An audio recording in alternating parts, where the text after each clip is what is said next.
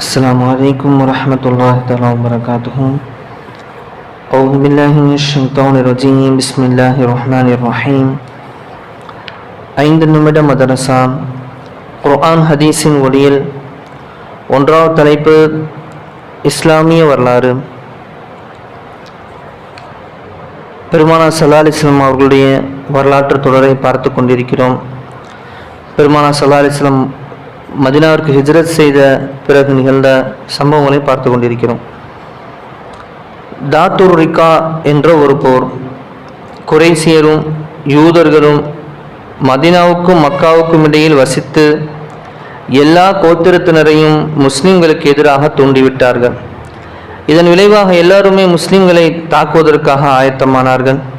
ஹிஜ்ரி 4ஆம் ஆண்டு ஜமாத்துல் அவ்வல் மாதம் ஹித்துஃபான் கோத்திரத்தின் கிளை வம்சத்தார் பனு மஹாரிப் மற்றும் பனு சாலபா வம்சத்தாரும் மதீனாவை தாக்குவதற்காக ஒரு கூட்டுப்படை தயார்படுத்தினார்கள். இது விஷயம் அன்னலாருக்கு தெரிந்தபோது 400 சஹாபாக்களுடன் புறப்பட்டார்கள். இந்த போரில் சஹாபாக்களிடம் சவாரிக்கான வாகனங்கள் மிக குறைவாகவே இருந்தன. நடந்து சென்றால் கால் புண்ணாகிவிடும் என கருதி தங்கள் பாதங்களில் துணியை சுற்றி கட்டி கொண்டார்கள். இதைதான் அரபியில் தாத்துர் ரிகா, கட்டு போடக்கூடியவர்கள் அல்லது கட்டுடையவர்கள் என பெயரிட்டனர். அன்னலார் ஒரு மலை அடிவாரத்தில் முகாமிட்டார்கள். எதிரி படையினர் முஸ்லிம்களின் வலிமையை கண்டு ஓட்டம் எடுத்து விட்டார்கள். அன்னலாரும் சஹாபாக்களும் போர் செய்யாமலேயே அதாவது கனிமத்து பொருளுடன் மதீனா திரும்பினார்கள். சஹாபாக்கள்கிட்ட எவ்வளோ ஒரு வசதி இல்லாமல் இருந்தாங்கிறது இதெல்லாம் ஒரு பெரிய உதாரணம். அந்த வசதி இல்லாமல் இருந்துச்சே தவிர போருக்கு தயாராகாமல் அவங்க இல்லை. அதை காலில் இப்போது பாலைவனத்தை நடந்து போகிறதுக்கு சும்மா துணியை சுற்றிக்கிட்டாங்க. வாகனம் இல்லை, துணியை சுற்றிக்கிட்டு நடந்து போகலாமே போர் காலத்து வரைக்கும், அங்கே போனால் பேசிக்கலாம் என்பதாக. ஆனால் இன்றைக்கி இந்த சமூகம் இன்றைக்கி எப்படிப்பட்ட ஒரு சமூகமாக மாறி இருக்கிறத பார்க்கணும். மனதளவில் வலிமை இல்லாமல் எவ்வளோ ஒரு பலகீனமாக இருக்கிறாங்க அப்படிங்கிறத பார்க்க முடியும். 2வது தலைப்பு அல்லாஹின் ஆற்றல். மனிதனின் மறக்கும் தன்மை. மனிதனுக்கு நினைவாற்றலை வழங்கிய அல்லாஹு தாலா மறக்கும் தன்மையையும் வழங்கியுள்ளான். இந்த மறதியும் அல்லாஹ்வின் அருட்கொடை என கூறலாம்.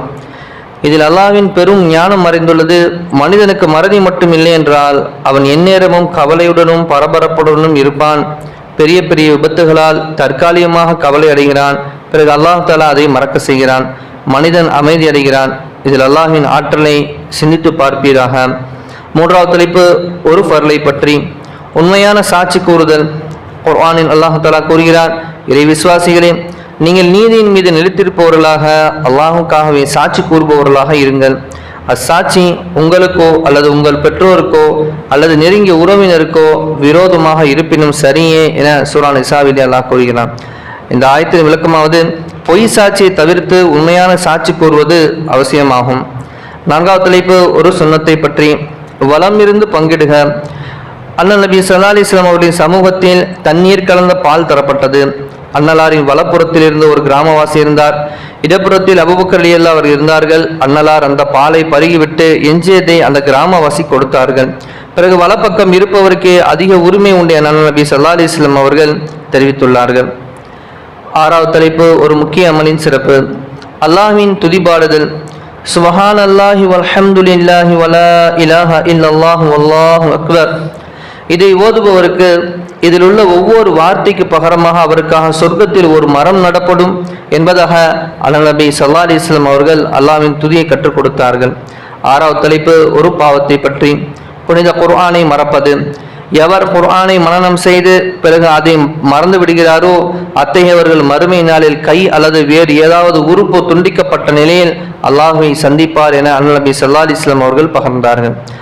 7வது தலைப்பு உலகத்தை பற்றி. உலகை பற்றியே பேசாதீர், தங்கள் உள்ளங்களை உலக நினைவில் ஈடுபடுத்தாதீர் என நபி ஸல்லல்லாஹு அலைஹி வஸல்லம் அவர்கள் கூறினார்கள். 8வது தலைப்பு மறுமையை பற்றி.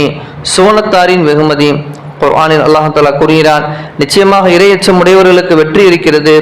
தோட்டங்களும் திராட்சை பழங்களும் சம வயதுள்ள கன்னிகளும் பானம் நிறைந்த கிண்ணங்களும் அங்கே உண்டு என அல்லாஹ் குர்ஆனிலே கூறுகிறான். 9வது தலைப்பு நபி வழி மருத்துவம். தர்மத்தால் சிகிச்சை. தர்மத்தின் மூலம் தங்கள் நோயாளிகளுக்கு சிகிச்சை அளியுங்கள். தர்மம் என்பது நோய்களையும் எதிர்கொள்ளும், துன்பங்களையும் நீக்கும் என பெருமானார் ஸல்லல்லாஹு அலைஹி வஸல்லம் அவர்கள் கூறினார்கள். 10வது தலைப்பு குர்ஆனின் அறிவுரை. குர்ஆனில் அல்லாஹ் தஆலா கூறுகிறான், உங்களுக்கு வேதனை வரும் முன்பே நீங்கள் உங்களின் இறைவன் பால் திரும்பி அவனுக்கே முற்றிலும் வழிபடக்கூடியவர்களாக ஆகிவிடுங்கள். வேதனை வந்துவிட்டால் பின்பு உதவி செய்யப்பட மாட்டீர்கள் என சூரா ஜுமரிலே அடியார்களுக்கு அல்லாஹ் அறிவுரை பகர்கிறான். வல்லல்லாஹ் எந்த நலவை கேட்டமோ அதன்படி அமல் செய்யக்கூடிய பாக்கியத்தையும், கலிமாவுடைய வாழ்க்கையை வாழ்ந்து கலிமாவுடன் மரணிக்கக்கூடிய பாக்கியத்தை நம்ம அனைவருக்கும் தந்தல் புரிவானாக. சுப்ஹானல்லாஹி பிஹம்திஹி சுப்ஹானக்கல்லாஹு பிஹம்திக அஷ்ஹது அன் லா இலாஹ இல்லா அன்த அஸ்தக்ஃபிருக வ அத்தூபு இலைக். ஆமீன். கைரி. சுப்ஹான ரப்பிக ரப்பில் இஸ்ஸத்தி அம்மா யசிஃபூன் வ ஸலாமு அலல் முர்ஸலீன் வல்ஹம்துலில்லாஹி ரப்பில் ஆலமீன். ஸல்லல்லாஹு அலா முஹம்மது ஸல்லல்லாஹு அலைஹி வஸல்லம். ஸல்லல்லாஹு அலா முஹம்மது ஸல்லல்லாஹு அலைஹி வஸல்லம். ஸல்லல்லாஹு அலா முஹம்மது யா ரப்பி ஸல்லி அலைஹி வஸல்லம். அஸ்ஸலாமு அலைக்கும் வரஹ்மத்துல்லாஹி தஆலா வபரகாத்துஹு.